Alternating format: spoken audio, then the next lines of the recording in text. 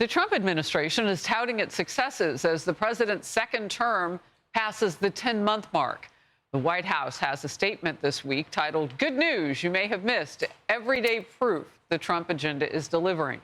It lists gains on immigration enforcement and the economy, highlighting Thanksgiving dinner prices dropping and projected tax refunds rising. Here's the president. Under the Trump administration, America is back and America is open for business, and America is actually stronger than it's ever been before, ever. New Fox polling on President Trump's approval is mixed. A new low on the economy, but top marks on border security. Nearly half approve of his handling of immigration and foreign policy, which might reflect the division that the country is in right now and the protesting that we show you. Power panel, Caroline Downey, National Review columnist, and Patrick Murphy, former Democrat congressman from Pennsylvania. Great to see you both. So, Caroline, I have a feeling you guys are not going to agree on success here for the Trump administration. So don't wait for me to call your name. First of all, your reaction. Well, behind all the noise about affordability and Epstein, the Trump administration is still aggressively advancing its agenda. When it comes to national sovereignty, Trump has restored that. Meanwhile, a lot of mainstream Democrats are still asleep at the switch there, given that Kamala Harris still refuses to call illegal immigration. She calls it irregular migration.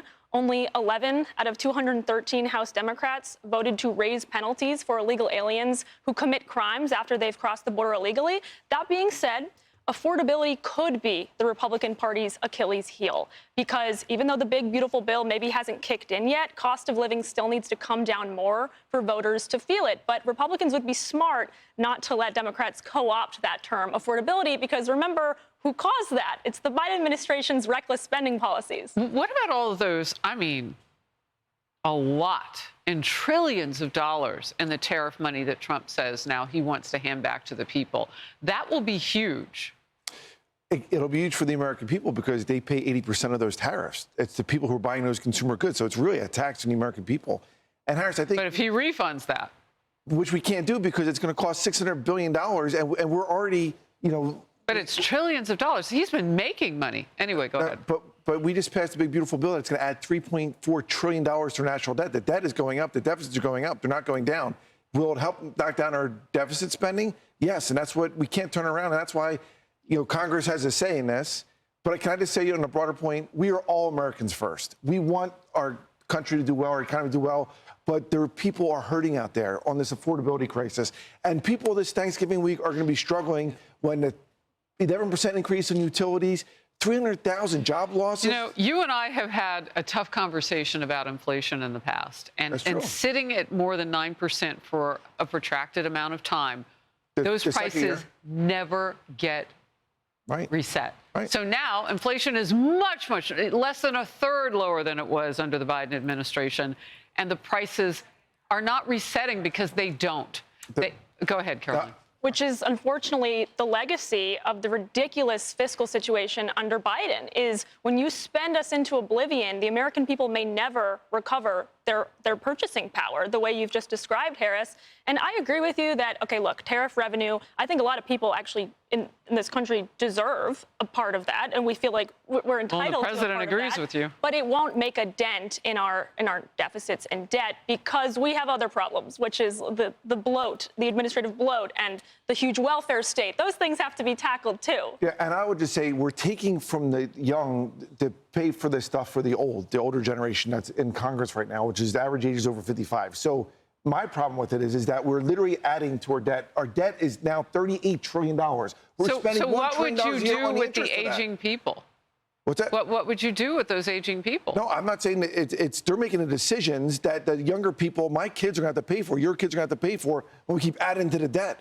We got to be fiscally responsible. So why were you guys on that side of the aisle so against DOGE? I don't understand that. I was here. Some things on DOGE were good. Well, you're not voting in Congress anymore, but so they made that decision. They don't like it. And the point of the government shutdown was that Democrats were dying on the hill of extending a Obamacare extension of Medicaid that wasn't even in the original law. That adds a lot more to our federal spending. Well, the prices are going to go up in places all over. We're talking massively go up this January 1st. So when you talk about affordability, Already healthcare is at 35% under President Trump.